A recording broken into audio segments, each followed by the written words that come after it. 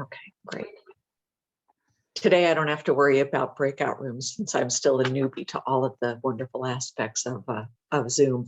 So, okay, and by the way, if anyone is, I think everyone that's here right now was here yesterday. I know we had a couple of folks who might be joining. I was going to ask them to introduce themselves in the chat, but I think you were all here yesterday, so we will just go ahead and get started. So I am delighted to introduce this morning a colleague who I've had the great pleasure of working with, beginning with the curriculum review that we did on the Estrella Mountain cybersecurity curriculum. Todd Stewart and SRP helped to participate in that process, and it's been really wonderful to work with him. He is the child of two teachers, so he has a connection to the work that all of you do. He's going to talk this morning about critical infrastructure and SRP. And let me just say one thing about SRP. I think they're an amazing company, and I think they are very innovative and broad-minded in their approaches to developing talent, which I know is important for all of you. So for instance, they have internships. Obviously in the industry, they have apprenticeships, but they also launched in Arizona the first high-tech IT business analyst apprenticeship with Apprenti and the Greater Phoenix Chamber Foundation. They also work with an organization that supports the employment of neurodiverse talent at a company. So they're really amazing and innovative and creative in their thinking. And I couldn't be more delighted to have them join us this morning. With that, Todd, I am going to turn it over to you. Thank you, Kathleen, and thank you for the, I'm blushing. Thank you for the kind introduction. First, right out of the gate, I want to encourage everybody, being presented to is tough sometimes. So I would hope that we can make this as interactive as possible. If you have a question or if there's something that pops up, please unmute, raise your hand, whatever you can do. And it's kind of like when you guys go to your classrooms and you sit down with your students and you want them to engage. Well, very much the same here. What I'm going to share with you today is a discussion about critical controls within infrastructure, within cybersecurity in general.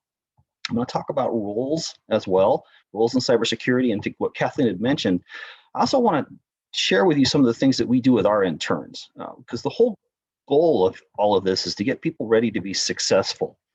And I want to mention out of the gate too that when we bring an intern in, we hope to retain them, but we also know that if we can't, we want to develop skills within them they can take anywhere and be successful. So that's kind of the approach that we take. So do I have the ability to share my screen? Sorry, yes, you should. Okay. Well, let me know if everybody, hold on. I'll get my view. There we go. All right. Can we see my screen? We cannot yet. Can anybody else? Host disabled participant screen sharing. Yeah, no, it says multiple participants can share, one person at a time. I'm the co-host, so yeah. Let me do this. Oh, you know what? He left it with just the host only. There you go. Okay. You should have the ability. Hey, yes, there we go. Don't we all love technology? It makes things so much easier. Yeah. It really does. All right, so my name is Todd Stewart. I've worked with SRP for 19 years. Of that 19 years, I've spent the last 12 in cybersecurity. And prior to that, I was a system administrator. So the jump from being a system administrator into cybersecurity certainly helped, but it wasn't the whole story, and I'll share that as we go along. First, I kind of wanted to check with you all, get a kind of a gauge of the room. Are any of you still working in the cybersecurity field? If you are, could you just either hit in the chat or unmute and let me know. Okay. If not, when was the last time you had a role on a cybersecurity team prior to teaching? No one? Oh, hold on. I got the chat. No, 6 years ago. Okay, thanks, Paul. Spring 2021, so all right. Oh, Rami, okay, excellent. You'll probably be a good voice for some of the things that I'm gonna bounce off of people. I appreciate that. Now, when you teach, do you only teach one focused area of cybersecurity? Meaning, do you teach just a technical skill? Do you teach about cybersecurity as a whole? Several areas, Andrew. Okay, excellent. No broader, various. Good, good, good, good. Romy, excellent. Okay, thank you. And Todd, I was probably remiss, I think you know this, but we've got both high school educators who teach cybersecurity networking and also call it community college and college from Arizona Western, Central Arizona, and Maricopa Community College District. Okay, perfect. That's great to know. Excellent. Because I just want to make sure that I kind of have a feel for what everybody's looking for. I want to make sure that somebody comes away with at least one thing that helps them in their path and helps when they're passing on cybersecurity to others. Because my personal view is cybersecurity is something that we've lost touch with in terms of internships. And you know, the apprenticeship internship approach is really what helps develop highly skilled people and really helps get them to the point where they can be productive and have great careers and help the companies that they're working for. All right. So a little bit about SRP. So we were founded about a decade before Arizona even became a state. We came about because settlers came here and put up their land for collateral. They wanted to do farming. So they put the land for collateral to help build a dam, which eventually became the Theodore Roosevelt Dam, so they could have water to farm. In 1906, there was a Reclamation Act, the Federal Reclamation Act, and it allowed us to not only distribute water, but also to generate power and distribute that power and sell it, and also help offset the cost of the water distribution. In fact, to this day, we're a not-for-profit company. Anything that we make has to be rolled back into the organization. So as of today, we have 12 generating stations and we operate 8 dams. We're one of the nation's largest public power utilities. So we've been around for a while. We have about 5,000 employees, over 1 million customers, lots and lots of power we sell every year, especially during this time of the year. And our water business, which is really a core business for us, delivers about 800,000 acres of feet annually. So we continue to be one of the largest raw water suppliers in Arizona. And you know, we are an integrated utility. We have generation, transmission, distribution, metering, billing services, the whole gamut. We've been around quite a while, and we're also very involved in the community. It's important to us to support the community that supports us. Go on. Maybe I'll go on. When we get a new person, we try to help them understand that the language of cybersecurity is very unique. And I'm sure as all of you as educators, when you have somebody come in that knows nothing, even if they have a background within IT, they're going to find that there is a completely different nomenclature, a completely different way of talking, completely different way of looking at things. So always important to lay a baseline and help people understand that you can't just hit the ground running with this. You need to take some time and learn some things. And you need to understand that what you may have learned as a system administrator is certainly going to help understanding the implementation of a control, but understanding that and the language of cybersecurity in and of itself is a very important thing. Cybersecurity is foundationally has 5 functions: protect, detect, respond, recover, and identify. That framework is the core of what we do. Being able to help somebody understand each one of those and how they fit together. And that's why I asked earlier if people teach just a siloed, unique thing, or if they teach it as a whole, something holistically. Because it's very easy for somebody to say, oh, I just work in the detect section, not understanding that, well, the protect and respond are dependent upon what you're doing as well. Teaching holistically and getting people to understand where they're at within their silo, if you will, and how it relates to other functions of cybersecurity is extremely important. It's really, really important. When we see somebody come in, one of the first things we want them to understand is that this has to be looked at as a large, holistic challenge, and your single function within there can't just be siloed. You can't just be in a room by yourself doing things. This is a true team effort. And of course, the very foundation of what we want to do is confidentiality, integrity, and availability of data. We want to protect that. It's also vital that we get people to understand that at the end of the day, this is what we want to do, especially when they come into an organization where availability is really king. People want what they want and they want it now. People want to get to GitHub. We want it now. People want to be able to download files from a cloud service. We want it now. So it takes some time and some coaching and some patience for us to be able to ensure that the CIA of what we deal with is protected. This is another core element that we try to get people to understand right off the bat. So we're talking fundamentals. From a fundamental level, we can build on those. Now, how do we do that? How do we make sure we're protecting the confidentiality, integrity, and availability? Well, we use people, process, and technologies. And we use those people, processing technologies to support our defense in-depth approach. And one of the key elements of this is we try to help people understand, back to the language, right out of the box. We need controls to protect things. Well, what is a control?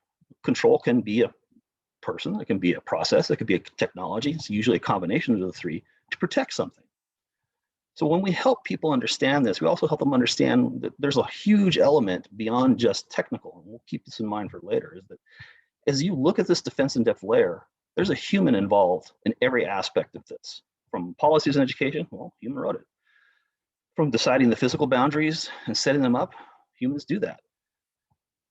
Security, when we look at it, is really a human challenge. And we try to help people understand that a technical solution is great and we need them. We definitely need them. However, it's the people that run them and put them in place and keep them maintained that are the true engines of safety. So I know a lot of you understand this, but I put this in here just in case there are people that don't. When I explain defense in depth, a lot of people are like, what is that? It's a fancy military term, is what it is. But it's no different than a castle. You know, you have limited entry points. You have a huge high wall, which is like a firewall. You have everything you need to protect your crown jewels at the center. Getting people to understand that layers work together, that controls work together. Getting people to understand that, again, this is a cohesive effort. This isn't just one singular technology or one singular thing that's going to protect all of the organization is vital. So a lot of times we'll try and break it down as closely as we can so people can get the concept of what we're trying to communicate. So this is how we approach security as a team within SRP. So we've broken it down into key management areas. And these key management areas all interplay together. There's a lot going on, but by breaking them up into these areas, we've been able to successfully integrate within the teams how they overlay and interact together. So I work in the awareness, communication, and education team. We're responsible for vulnerability management and data privacy and protection as well. So our roles are cross-functional. We have to be able to talk to the business in cybersecurity terms, and we need to be able to talk to other members on our cybersecurity team about the business. We're very unique in that regard. A lot of teams that I've met don't have something like that. And that was one of the innovations that my boss came up with that has really helped us be able to try and build a culture of security within SRP. God bless technical people. Sometimes they're not always the most friendly or the most articulate or the most patient. We have determined and we've helped find that we can have people that have those, and they're not soft skills. My boss calls them power skills, and I agree with that. If people have good power skills, we can help people outside of our industry understand what's going on, particularly in the business. Businesses don't want to hear no. So we'll do everything we can to give them a yes and a yes to do it safely. But we also help them understand why that no has to be done, why it needs to be done to help protect the organization. So this is kind of a unique, I've found when dealing with my peers in other organizations, this is kind of a unique approach in the way we've structured our team. So our team in and of itself, we have a set of architects who help bake in security when they come in from the outside. Solutions are proposed from the outside. We have us, the awareness or business, the BAT team, business awareness team. Yes, we actually have a BAT cave. We have our threat management team. There are uber smart guys that watch the wire, do the forensics, do the threat hunting. We have an identity and access management team, and of course they provide the access to what you need when you need it. And then we also have our assurance team. There are folks that write our policies, help us with regulation, help us with the unchanging fields or items that we hear about in terms of regulations, laws, and of course, making sure that policies are aligned, say to NIST or our policies align, say, to the new, and I'm going to mention here quickly, the CIS, the Center for Internet Security Controls. So as a team, this gives us the ability to work on a pretty broad base of what helps protect the organization. Now, for the deeper dive, Kathleen mentioned I need to do a deeper dive. I took kind of a different approach. I wasn't sure if people wanted to just get down and geek out to something. But what I wanted to do is talk about, because we work with critical infrastructure, we have to have a very robust set of controls. And we look to the CIS, the Center for Internet Security Controls. They just released a new version. It used to be the CIS Top 20. It's now the CIS Top 18. They've consolidated them and they've moved things around. So one of the beautiful things, and just a quick background about the CIS, is it came about from pen testing, and it came about from somebody completely continually getting owned, and then finally asking the people that are owning us, how can you help us? How can you help us be better so you don't just destroy us all the time? And they started to work together. And from that, they developed a set of controls, and they also ranked them. And this is really important because offense informs defense. And that's where this came from. So when we look at these are foundational controls. These are controls that help us protect the organization in as much of a robust manner as we can. Now, I didn't list all 18. I picked 3 to kind of illustrate what is changing and what's coming on right now within at least our organization. And we see it in others as we read white papers and talk to other people. So the third protection, data protection, this is huge. And what we've done is listed out some of the potential tools that you can use to implement this control. Everything from TC dump, so you can look at forensically what possibly could have been lost, to Microsoft's data loss prevention, Azure information protection, the cloud access security brokers like MCAS or SkyHigh. There is a lot of data out there. You know, when we are going about our job, we not only have to protect the OT, the operational technology side of the house, we need to be good data stewards for our customers and our employees and our vendors. And we're seeing that data protection and data loss prevention is becoming huge. I mean, we read about it every day. What's the new technique that ransomware folks are doing? Not only are they dropping ransomware, they're exfiltrating data. They take that data and say, if you don't pay us, we are going to release your data. They're even now reaching out to your partners and saying, we've got your partners' data. You should encourage them to pay the ransom so that we don't release everything. So this has become paramount for organizations. If you think about it from SRP standpoint, not only do we care about the critical controls needed to protect OT, but we have to ensure that our customers and our vendors are being protected as well. In fact, that's one of the major threat vectors that we've been dealing with is our third-party associates being breached and them trying to get to us.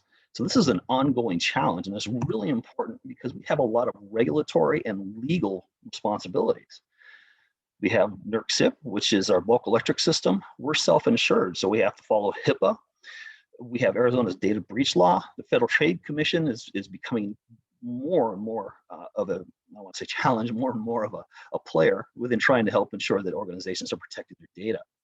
And if you look even across the landscape of the country, and we all have heard hopefully about the GDPR in Europe and how impactful that was in terms of privacy, same things are happening here. You can see that there's legislation either in progress or in committee or in chamber right now. So this will continue, and this was just in February, and this will continue to evolve until I'm sure at some point there will be federal legislation that will impact us. So when these changes come about, we need to be able to respond to them. We need to be able to implement them. We need to be able to understand the impact of what those laws and regulations are on our organization, be able to implement controls to help protect. And we always look at regulatory and compliance laws as really a baseline. That's the minimum. We want to go past that baseline. We want to ensure that what they're trying to capture is the spirit of cybersecurity. What we're trying to capture is beyond that. So as these laws and regulations come out, we want to make sure that we are at the very top of what needs to be protected and what they're asking for and how we protect it. So the next control I wanted to talk about is continuous vulnerability management. Oh boy, this one's a tough one. things change so rapidly. And like I said before, offense informs defense. So the bad guys generally have a jump. And a lot of times we don't learn about how to protect something until somebody's gotten popped. And that's unfortunate. But we want to do our due diligence and work as hard as we can to ensure that we are making sure that our threat service is as safe as possible. And it's a challenge now because things have changed. With the pandemic, we now have a attack surface that is huge. People are at home, working from home, and working on their own computer, working through our network. It's really challenged us in that regard. It's so much so that when you look at how the landscape is now, back in the old day, 2 years ago, we would protect the data because it was inside our perimeter.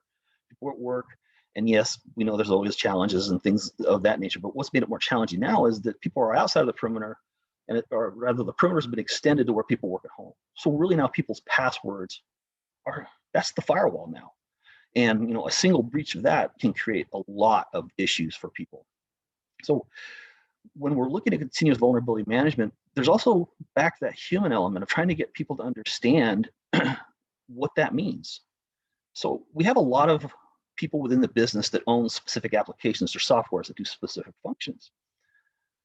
We have to help them understand that it's their responsibility to keep those items updated, to keep them current, to help protect current threats. Most of them assume, oh, IT just handles that. Well, IT is just worried about the operating system on which it runs on. That absolutely gets patched, absolutely has all the latest vulnerability management on it.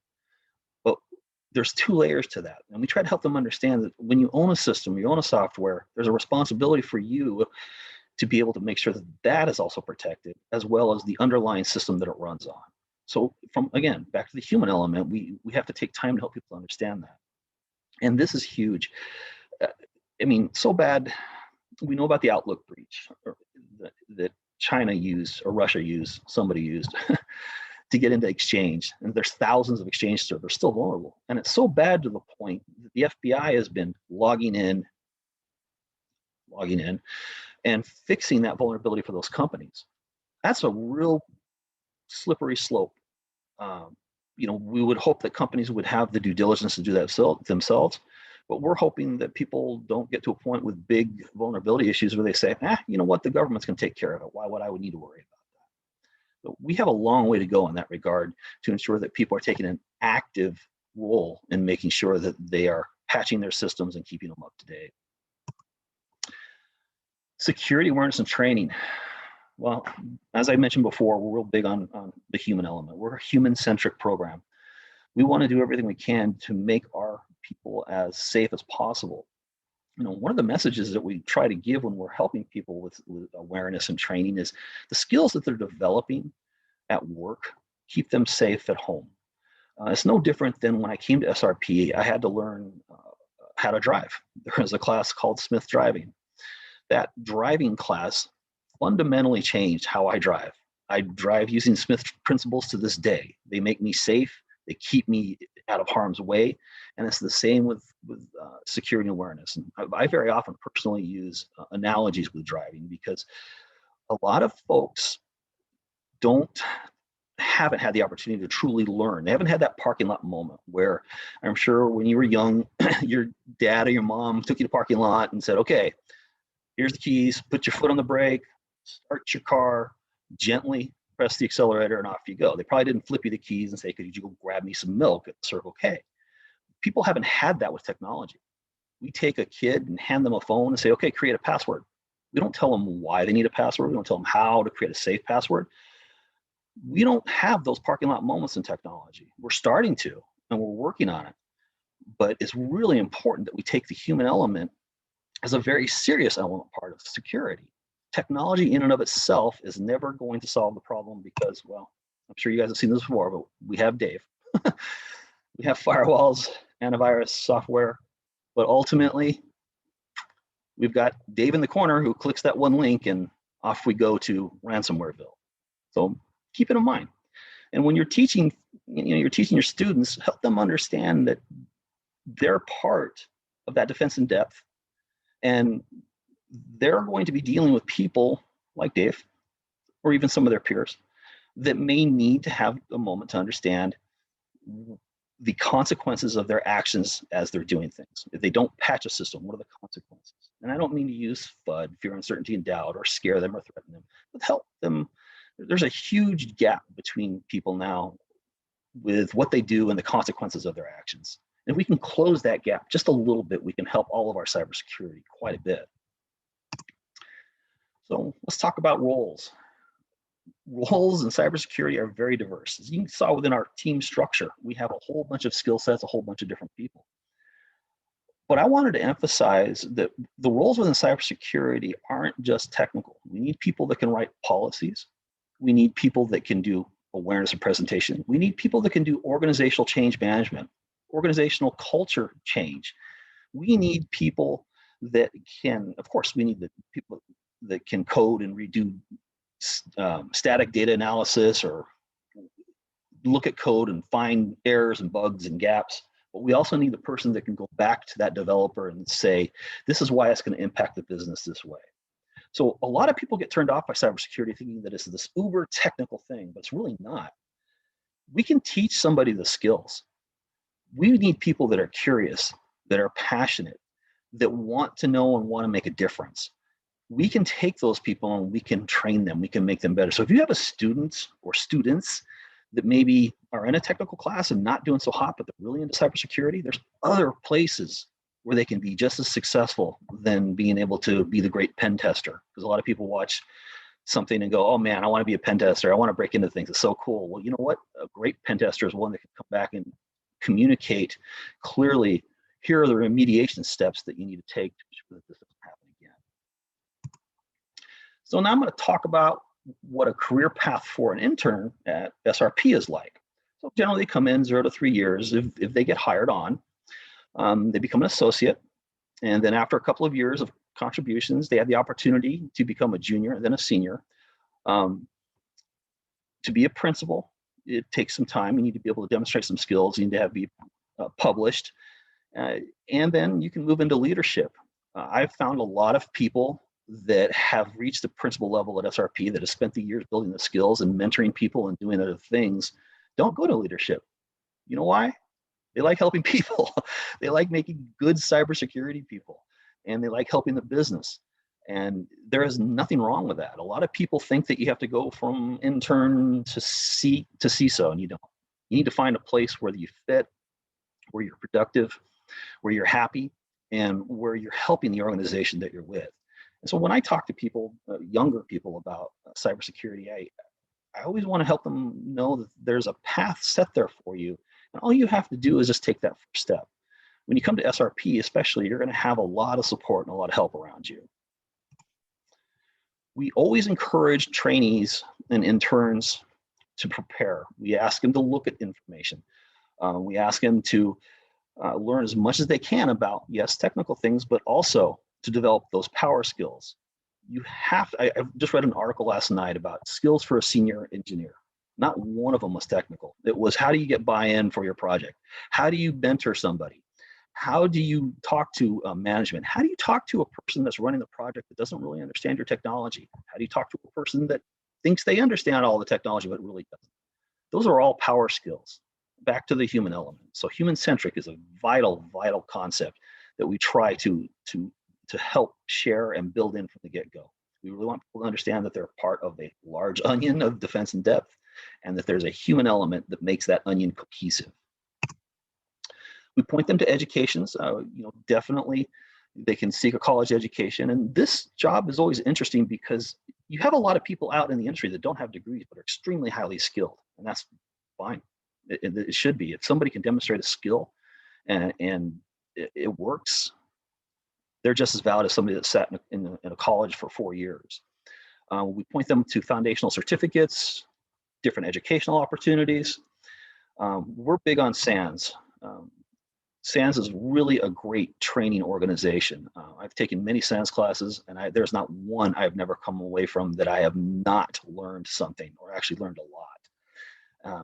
Being able to bring back that material to SRP and implement it within our organization has always been rewarding. They're really good, and not that I'm shilling for SANS. I don't get any money from them. I just think that they're a fantastic organization from personal experience. And so when we come in, we put them in the rotation program. Usually 6 to 12 months, they rotate through different areas. I'm very fortunate that when I got to SRP, we didn't have this program yet, but I was able to get on a computer analyst rotation. And as I got around the company, one of the things I learned was that develop contacts that I have to this day. And those contacts have really helped make me more productive for SRP. But when we get them out there, we also don't just keep them in the IT environment. We want to put them over in our operational environment, our OT section, so they understand exactly the impacts that technology has on the OT world. I mean, we're reading about it more and more. In fact, we've been watching it since 2014. In 2014, there was a mill in Germany that their SCADA system got hacked. Somebody got in on the IT side. They worked their way over to that, that unicorn air gap, got into the SCADA controls, and actually started an explosion. Nobody died, but in 2014, we took notice of that. And this is a growing trend. And unfortunately, we're seeing that come true today with the water hack, the Colonial Pipeline. It is really important that a person on the IT side or cybersecurity side understand what our product is. Our product is power. Our product is reliability. And we want to ensure that when somebody hits those lights, they come on. Because I can guarantee you, when we never get a phone call that somebody turns on their lights and goes, "Hey, thank you for the lights being on." But we definitely hear from them if they don't turn on. We want to ensure that they're there. So we take them through the different areas. We put them through employee development, which I'm going to talk a little more in a minute, and we help them with mentoring. We assign a mentor. The mentors are there, meet with them occasionally, not occasionally, as needed mostly, and helps get them rolling. And the mentors are assigned by area. So even though if I'm, say, Jennifer's mentor, I'm not going to be a mentor in operational technology. When she comes back to the cybersecurity side, yes. So it gets different input, works with different people, builds different skills. The reason we think it's important is because what you know in cybersecurity today is going to be irrelevant in 18 months. We want to teach people to be critical thinkers. We don't want to teach them to be rule followers. We don't want to teach them to just look at things one way. So the exposure to those different areas, exposure to the different mentors, all help that. So as we look at things moving forward, it's just going to get scary. It's just going to get worse. We want to be able to make sure that we have people to stand up and look at that challenge and go, you know what, I can handle that. And as we look forward, more of the cloud, we're seeing more and more cloud solutions, artificial intelligence, new threat vectors, deep fakes are going to be a huge problem. And of course, more laws and regulation. And during these periods where we're seeing these evolutions, we're helping keep these people updated. We're helping them to see, this is where we learned about this law. This is where we learned about this breach. We're trying to make them independent in the way that they're able to research and look for this information. And you know what the best feeling in the world is when they come to you and say, "Hey, Todd, look, I found this. Check this out. This is what's coming." That's an awesome feeling. We also point them, as I mentioned earlier, SANS, some of the top certificates, and of course there's a CISSP, CompTIA, or CompTIA, however you want to say it. Certification is big. Sometimes people don't have necessarily the skills that they come away, they say they do, but with the certification, you have some type of assurance that someone has put in the time to try and learn and better themselves. And we have seen interns come in that know nothing about cybersecurity, and they get their first certificate, and that has set them on a path of confidence that is amazing. We also, during our mentoring and interning, we don't just turn them loose and say, go learn the technology. We interview them. We have them write resumes. We do mock interviews. We have them conduct mock interviews. Because again, like I said earlier, we want to build a pretty amazing cybersecurity person. Yes, it would be fantastic if they stay with SRP, but if they don't, we want to make sure when they go someplace else that they are impactful and a benefit to that organization. So we help them learn these things. We help talk to them about these things. Again, not just sitting them down and saying, this is what you do. This is what you do in your silo. That you are part of a larger organism, if you will, that helps protect the community in which you work in and live in. So we always sit them down. We want to suggest that they do their research. We're not expecting anybody to quote SRP's mission statement, but we go over with them and give them feedback on all of these. We expect them in these mock interviews to dress up. We expect them to come as if they were looking and competing for a real position. And these are some of those power skills that a lot of kids aren't getting. They're showing up. We're seeing issues with the way they write. Text has destroyed us. I always think it's kind of funny. Thousands of years ago, we wrote on the walls with pictures, and now we're sending emojis. We're communicating with pictures again. So we try to help them understand that there's a certain level of expectations when you're going to be interviewed. And so it's really important. And we found that the people that have gone through this have found this to be one of the best experiences ever, because it was something that they were never taught along the way.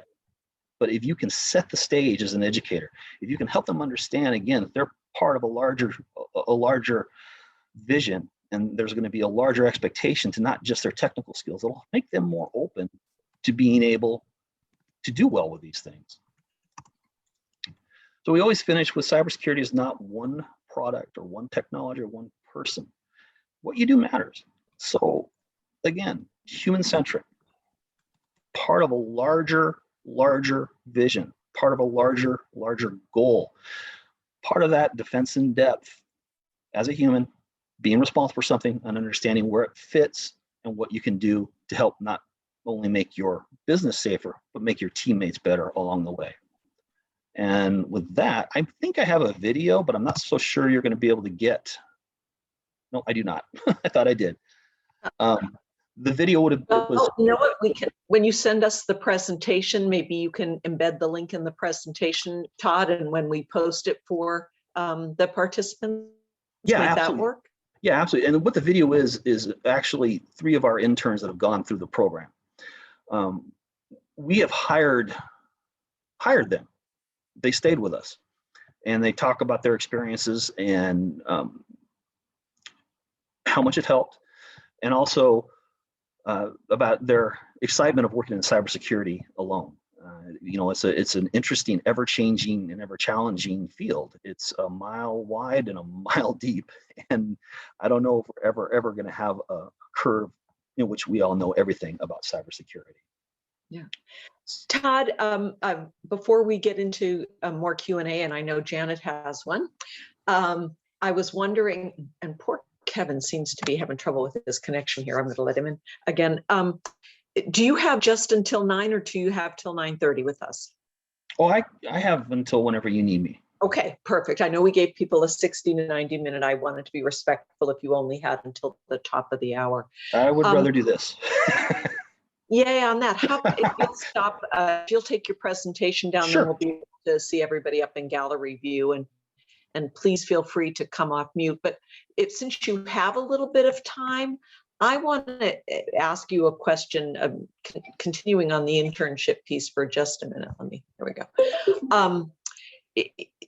The interns that you were talking about, I don't know if they were 4-year degree or not, but I know that you and Angela actually worked with some interns from, I think, Estrella Mountain, so they would be community college individuals.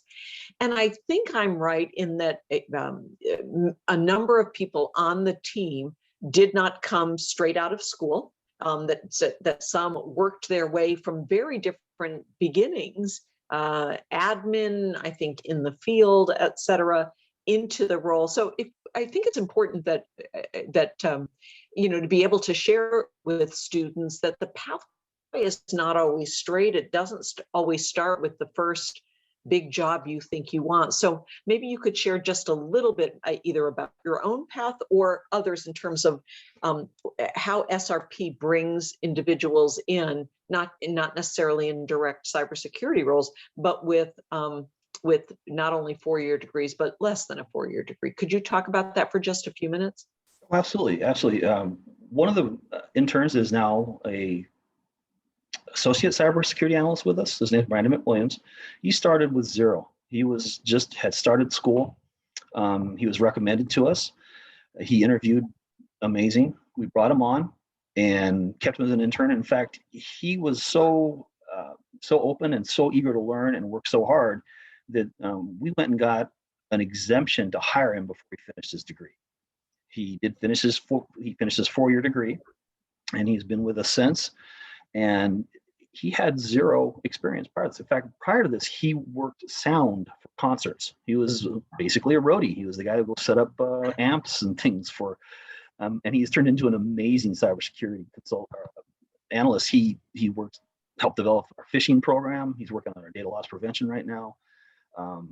My own story, I was a bartender before. I got into SRP as a call service representative because I decided to go back to school, finish my degree, was lucky enough to get into that computer analyst rotation, and now I'm working in cybersecurity.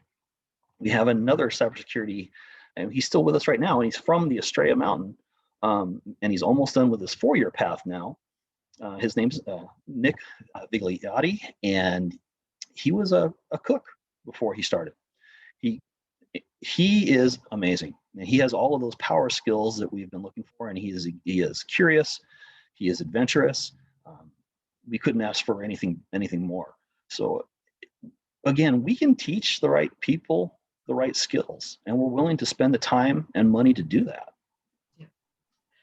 I think that's a really important story and kind of information for our educators to be able to share, especially well, I was going to say especially in high school, but this is certainly true at the college level as well, where individuals need to be working and still want to figure out how they are on a path to cybersecurity, and understanding it doesn't need to be a direct path, or that path can be aided by being in a company with tuition assistance, with technical training, et cetera. So thanks for sharing that. Of course. We've got a small enough group that we managed it yesterday for people coming off mute and asking questions. And Janet, I know you had one. I don't mean to put you on the spot if you don't want to, but please feel free to take the stage. Okay. I have a couple of questions for you, Todd. First of all, thank you for your presentation. The first one is, I've heard a lot from different presentations about people needing to write policies, and I've never worked in the industry. So could you tell me, what is a policy? What are they writing? I mean, even in the military, I heard it's Cybersecurity, and that's kind of the policy writers as well.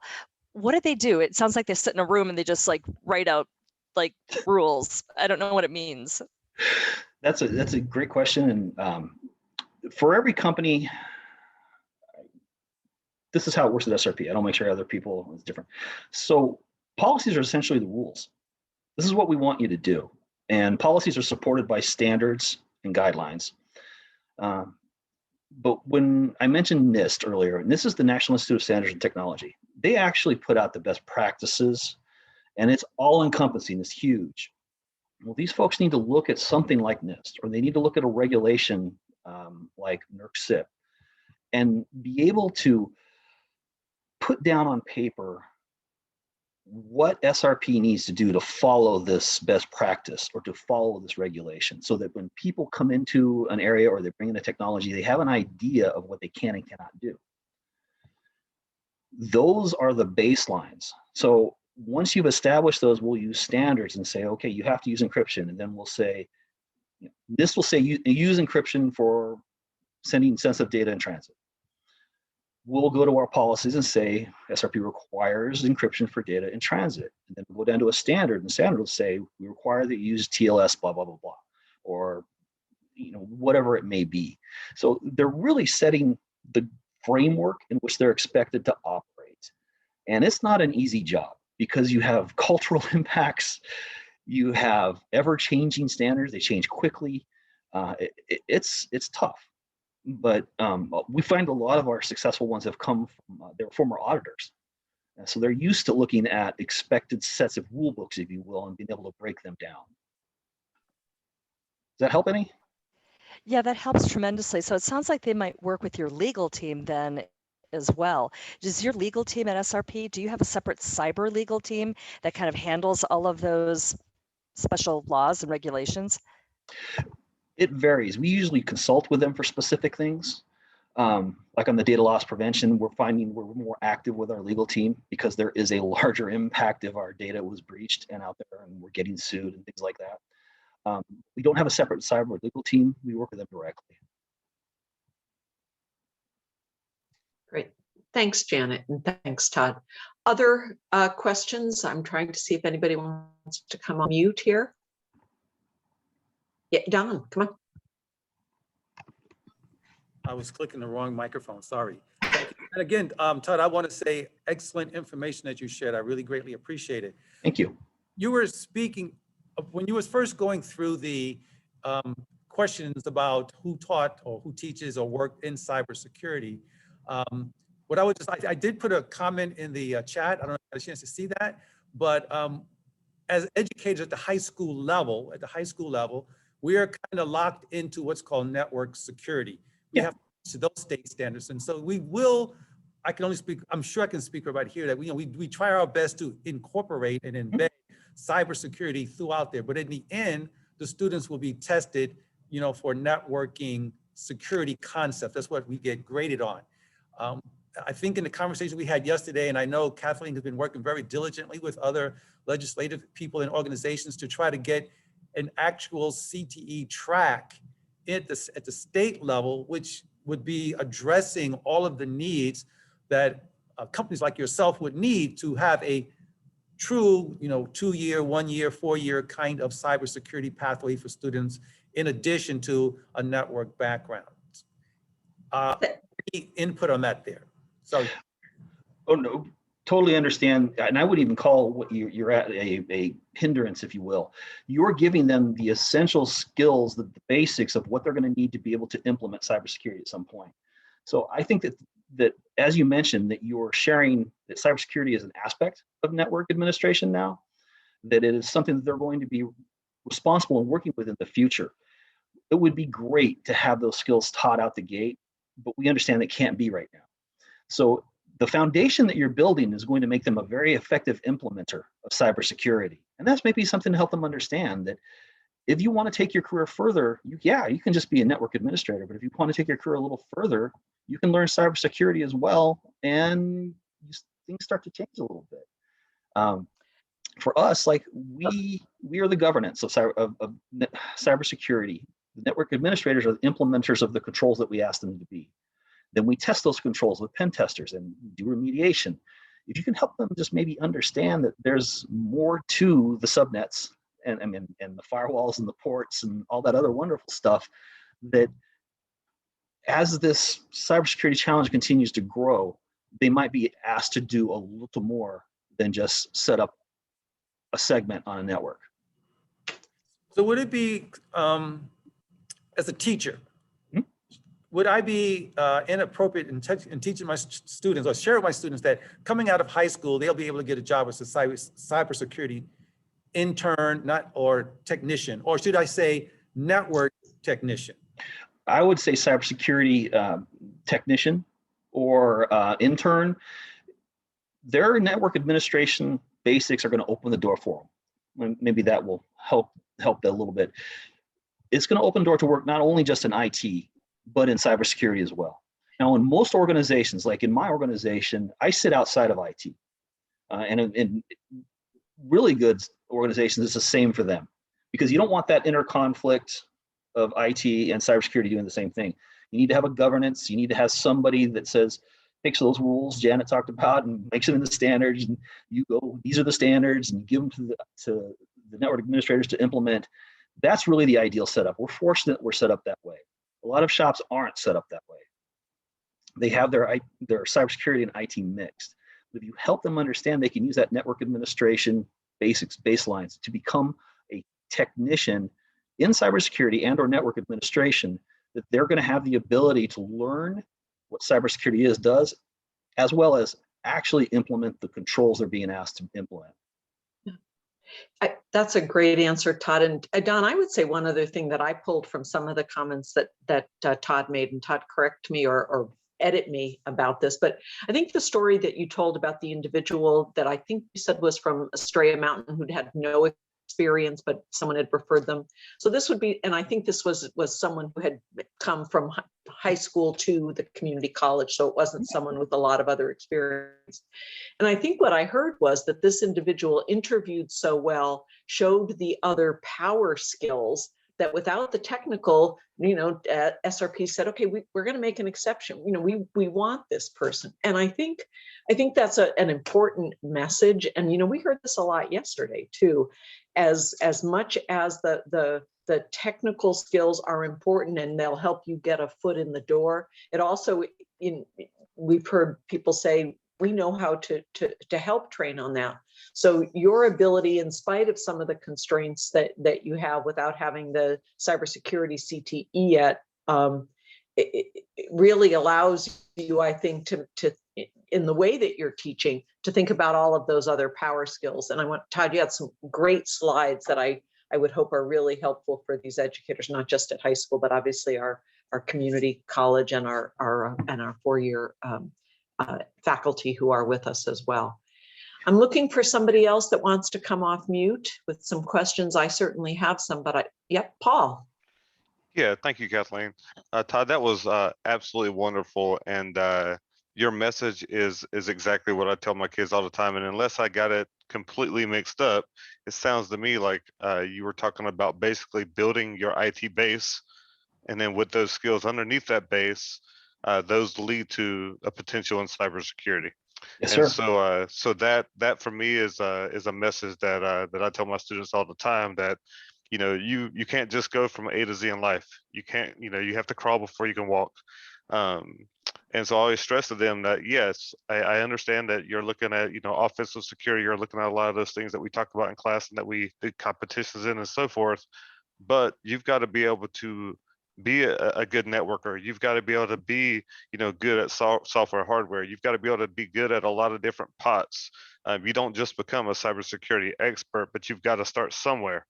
You also got to do some coding, some programming. So we discussed that quite a bit, and it's interesting because I just got out of a meeting the other day, Brad and I on this call, and we were meeting with our dual enrollment partners, and so at the community college level.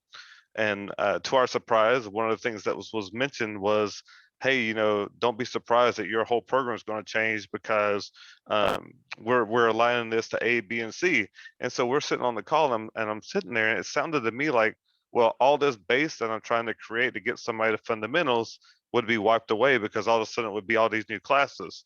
Now, if that was a second year of our 1 year, because we have a 2-year program, that would be great. But I was kind of taken aback, and it left me thinking and asking a lot of questions to myself, although we didn't have time to ask them in that meeting. But someone like you with your perspective is exactly what I think needs to be represented, at least for us at the high school level. And I would hope that at some point, perhaps you might take an invitation or at least join us on like an advisory meeting with our program, just to kind of bring that message to the folks that we deal with. And thankfully, Kathleen is on that same committee. So I really appreciate all the information that you provided for us. First, thank you for the kind words, and thank you all for your kind words and having me today. And Paul, you got it. I've got your back. I'm happy to help. I mean, this has been a great career for me. It's coming to an end. I'm going to be able to retire not too long. And I would be very happy to help you build a legacy of the next generation, or anybody. If you guys need somebody to come in and say, hey, super smart person, you are super smart, but can your student give a PowerPoint presentation and try to sell to an executive why they need to do this? Can you tell the executive why your control failed and how you're going to fix it? There's a lot more to this than just being the uber cool hacker. Thank you so much. I really appreciate that.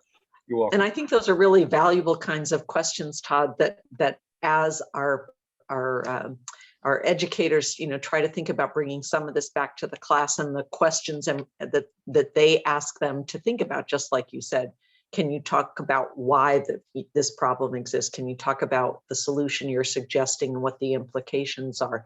The ability to not just find it, but be able to clearly communicate about it and show the breadth of thinking relative to how you got to your results and how you got to your recommendations. I think those are important questions and perspective for our educators. So thanks on that. And go ahead. Maybe, like Donald had mentioned, you can't really teach about cybersecurity per se, because there's so much to learn about networking. And this is just a suggestion, just an idea. but maybe have the student do a presentation, get up there and draw a diagram and explain why this is how we need to set up this network, why. And just the very exercise of going through and having to put my thoughts together, get in front of somebody and explain them and then take questions is a very, very, very valuable experience. And I've had the pleasure, certainly in working with some of the educators and know that they in fact do those things, which is really exciting. I know Paul does that. I know some of them have their students in competitions, which we know requires a lot of integration of a lot of different skills. I know Mr. Andrews does that as well. So I'm sure all of our educators do that in some way, shape, or form. And it's nice to be reinforced by the fact that you're telling them how important it is. I love the way that Angela talks about the soft skills as power skills. Yeah, me too. And I think that's an important consideration. Taking that back into the class as well about how important that is. It doesn't mean there aren't roles for people who are less good in that area, but Right. knowing that companies value those in addition to the technical skills, I think is an important message. Absolutely. And just like Todd said, there may be some, people who are deeply technical whose power skills are not as strong, and there's certainly roles for them. With the openings we have in this state and across the country, we need all kinds of talent, but I think your message was really important, Todd. I do have a couple questions, but I'm looking to see if anybody else is coming off mute with a question that they might want to ask. And Todd is happy to go deeper into some of the technical stuff that he talked about when he was picking out some of the key areas of data protection and the vulnerability management and things like that, if anybody saw something in particular that was intriguing to them. Todd, you mentioned GDPR, and I just wondered if you might share for just a minute. So to share with, if there's anyone on the call who's not familiar with that, but what are the things that excite you about that as we look at that work across the US? Well, excite and fear, I guess, would be Okay. the combination. Okay. Fair enough. Europe has been ahead of us very much so in protecting people's individual data. And they're right. In Europe, you actually own your data. Here, not so much, in fact, not at all. And we're trying to come in the back end and change that. And we're seeing a tremendous amount of struggle between our legislatures and big tech and the lobbies that they use to keep things so they can keep getting their information and data the way they want.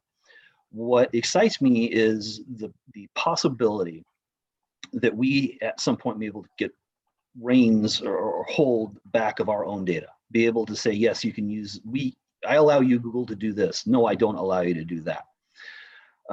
Which greater protects our customers, as they do business with us. And that's really the bottom line. If we get to a point across the nation where we own our data and we know who's doing what with it, and we can make the choices of how they do business, that'll allow us to make our controls even better for people. And that's a great thing for it. What I fear is us not having a cohesive vision across the United States as they do in Europe. So each state's going to be different. There's going to be bunches of different buckets and ways things are done and different expectations. And so really this does bubble up to a federal issue, and not that I in any way see federal laws and regulations as the gold standard, but again, they are a baseline for us to work from and understand. Having a singular one would really be a huge help. Great, thanks on that. I will ask a couple others until we get some other people coming off mute on this. Obviously, with the attack on the Colonial Pipeline and being a critical infrastructure provider as SRP, as I'm sure that must have gotten the team pretty excited in terms of what that meant for SRP and its implications. And you also talked about the importance of your partners in the supply chain as well on that. And of course, we've certainly seen the supply chain issues with SolarWinds and others. So I'm just interested if you have any other comments about either of those as it relates to SRP and as it relates to providing context for our educators as they think about information to share with their students. Keeping current on current attacks and attack methods is always helpful. And, Colonial is a big, huge indicator of, again, another human issue. From what I've read, it wasn't phishing that got them. It was something called credential stuffing, which means they had figured out somebody's username and then they just took a data dump from the dark web and started stuffing credentials in there. Well, what that means is that the person username that they found was a reused password. Somebody used that password outside of work and also at work. Again, that's a human issue. That's something that we need to help people understand, that you're protecting not just yourself, and you're protecting your organization now. So when we see something like that, it's vitally important that we actually get that kind of message out to the organization and say, this is what happened and this is why it's bad. And for us, it's always a little unnerving when even that water hack in Tampa before the Super Bowl, it's always a little unnerving, but we see more and more people connecting their OT or closing that gap, that air gap, which is, I call it a mythical air gap, but it works largely as much as humans allow it to work. But people want things on the internet because of ease of access. And we need to get away from the thought that everything needs to be easy. Something like this shouldn't be so easy. And for every situation that we see, there's a lesson, and we try to distill that lesson down to how it could impact SRP, how it could impact you, and what we can do to defend against something like that. Great. Thank you. Questions? Observations? You're a quiet group this morning. Anything? Oh, go ahead, Don. I have some questions in reference to certifications. But obviously, the CISSP is a really high level security. In my opinion, I don't think any high school student could pass that, in my opinion, or at least the demographics in which we cater to in our district. Sure. Coming out of high school, what might be some of the basic certifications that you're looking for that would say, okay, this person knows ABC, and we feel confident in their abilities to fit into the organization? Well, probably the first and easiest one to build confidence would be the CompTIA. People say it different ways. I think that's a great one to start with. And I wouldn't rush off to get certifications. I would advise the person to work for a couple years within the industry in whatever role they're given as an intern or a technician, and then start looking at certification. Because by then you'll have the vernacular of the cybersecurity language down. You have kind of an understanding of what's being asked of you. And when you go to one of those classes, it puts it a lot better perspective. Kind of like, to me, it gets back to that, we've lost the art of apprenticeship. Let's get you some baselines before we go ask you to learn get a GCC, the critical controls from SANS, or get the forensics. Let's get you some skills first. Now let's go refine those skills. So I wouldn't rush them in, but I would say that the CompTIA is a great one to start with. Security Plus is a really good one to start with. Hey, Todd, I want to push back on that a little bit and ask you, so we're talking about high school students, and certainly listening to what you shared this morning, the number of high school students that come into directly from high school into either IT or cyber sounds pretty minimal. So if the education experience that these great individuals have been able to provide for their students gives the students confidence about taking some of the certifications, I would think like Network Plus or something like that, or even Security Plus in some cases. And I know we've got high school educators that have some students who've done that. I would like to think that would be an indication that someone was incredibly motivated and maybe went above and beyond to think about a certification at the high school level. Is that not a good line of thinking? And my other question on that would be, are there positions at SRP like in help desk or other kinds of things where you actually do hire directly out of high school and where someone with a certification might have an edge above somebody else? Oh, absolutely. And I probably didn't make myself very clear. You're correct. Going out and getting a certification certainly does show the motivation and a desire to do something. And I was talking mainly in the Security Plus, Network Plus type of certifications. I was thinking, spend a couple of years before you go to a SANS class. One, they're extremely expensive. Two, the concepts are way higher, but it helps to have a baseline from work experience when you go to a class like that. And yes, we have help desk, and it's a great place to start. In fact, two of our internal candidates we've hired within the last couple of years came from the help desk. It is great because you get to see the full spectrum of issues. Some of them are cyber, some of them are T, but you start to be able to delineate between the two. Yeah, help desk is a great place to start. Yeah, I will. I'll just do a shout out. We've got Bill Brancotti from Credential, who's joined us this morning, and you'll hear from Credential later this week.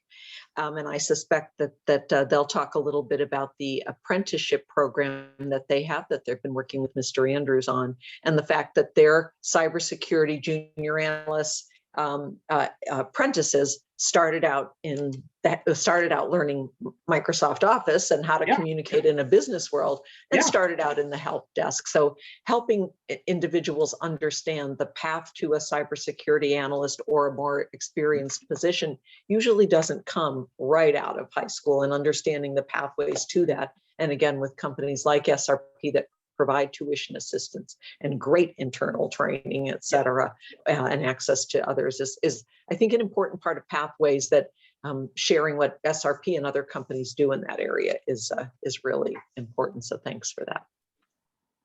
Other questions, comments? All right, I'm going to ask one more really quickly. Todd, SRP thinks of its employees as a family, but it's also very family oriented and very respectful in the way it treats employees and acknowledges the importance of family. Yesterday, Tim Romer's team was talking about the fact that everybody in the state agencies has to go through cybersecurity training.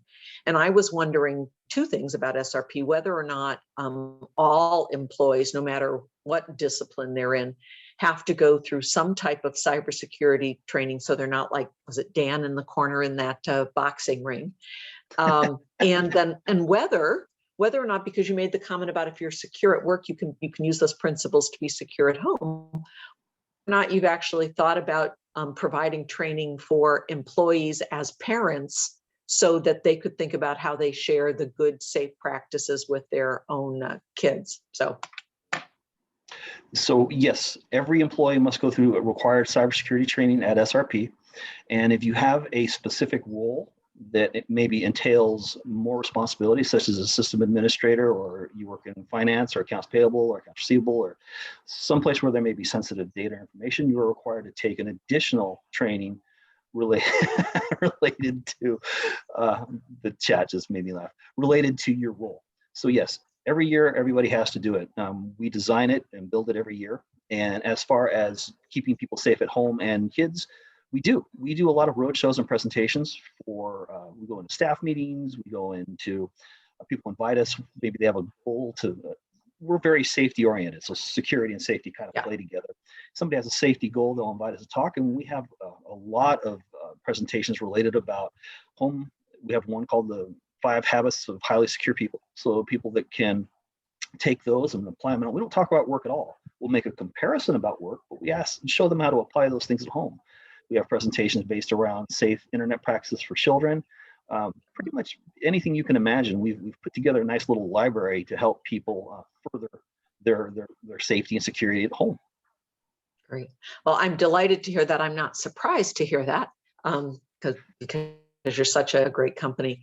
I think with that, I'm not seeing anybody else come off mute.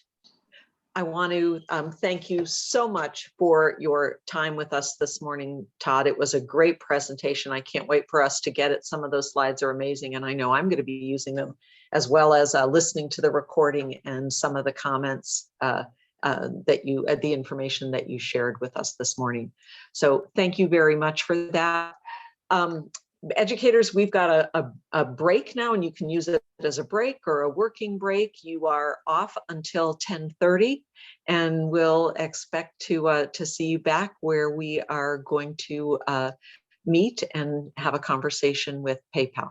So thank you all. Todd, thanks again. I will hang around in case anybody has questions or needs anything from me. And again, Todd, thanks so much. It was a delight to see you this morning. Oh, it's great seeing you, and thank you. Nice meeting everybody, and I hope to speak and see you with many of you in the future. So thanks again. Thank you, Todd. Bye. Bye-bye. Stop that recording.